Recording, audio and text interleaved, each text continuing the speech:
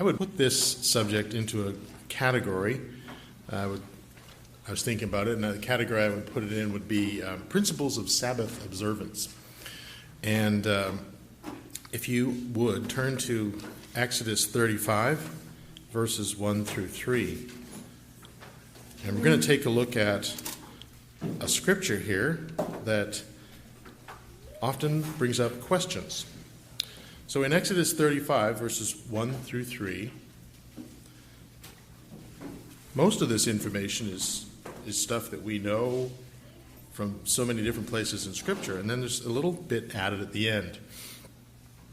Moses assembled the whole Israelite assembly and said to them, "These are the things that the Lord has commanded you to do.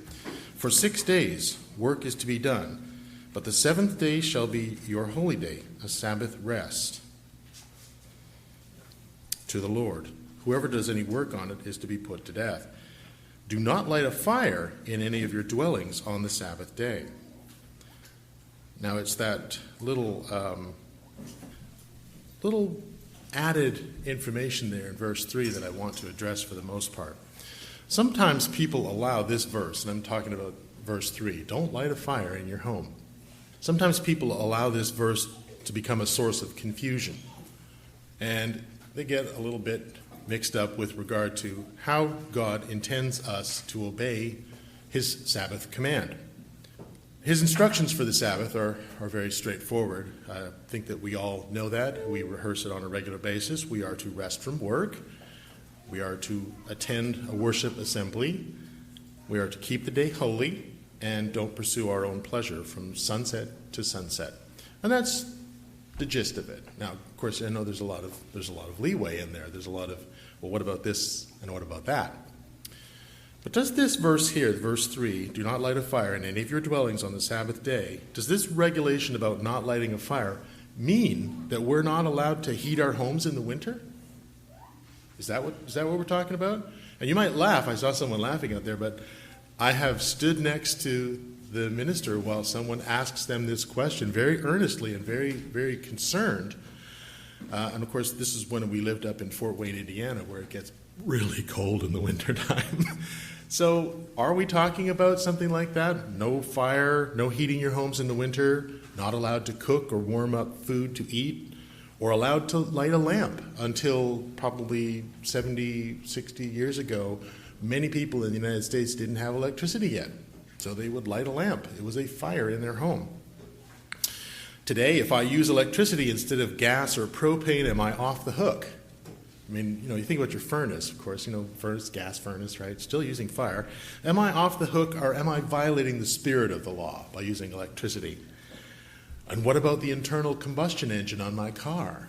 Well, that's a little fire that goes off every fraction of a second, right? Runs my car. That's a form of fire too, so should I stop driving to Sabbath services? Now, Sabbath keepers worry that they might be violating God's command.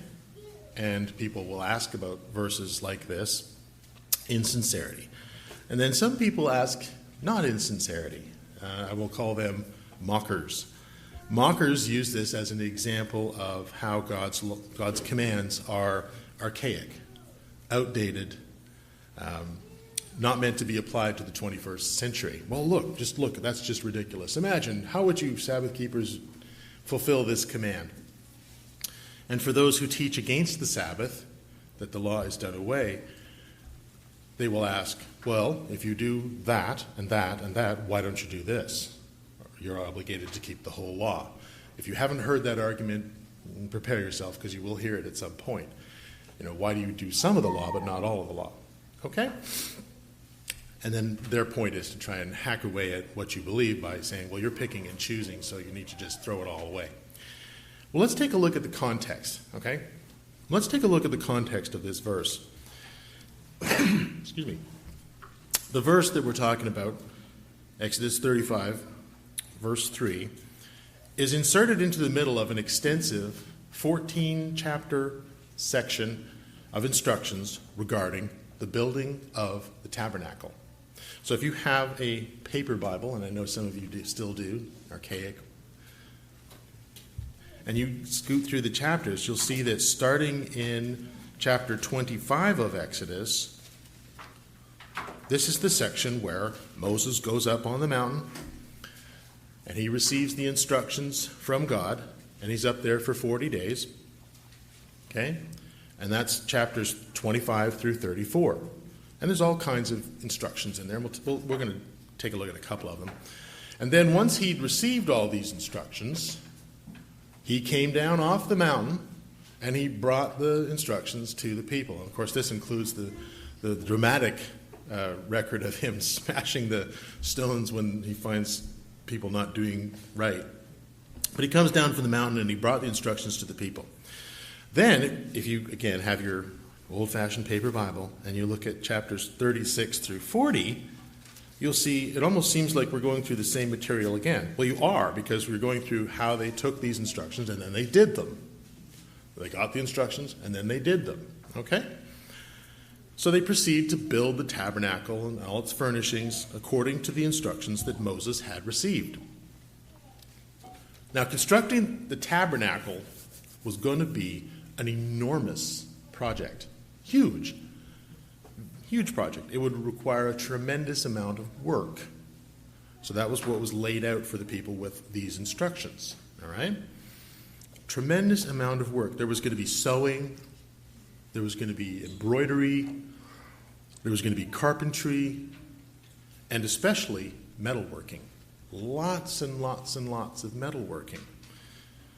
Or blacksmithing, if you will. And when you read the instructions that Israel was given, you'll note that a lot of gold and silver and bronze was going to have to be melted down and fashioned into all kinds of utensils and structures, and sometimes like gold plating or silver plating over objects that were being created for the tabernacle. And then, of course, it had to be melted down. People would offer this was all the gold they had, was a portion of what they had received from the Egyptians when they went out from Egypt. So they would give rings or earrings or things like that, and they'd throw them all in a pot. And then, of course, they'd have to be melted down and then fashioned into the various items from or for the tabernacle, which you can look through and you can read about them. We're not going to go through all that. Now, melting metal and working metal means that there's going to be a lot of blacksmithing fires. That's how you melt metal. You don't just lay it out in the sun. You melt it down with a big honking fire. That's how you do it. Very hot.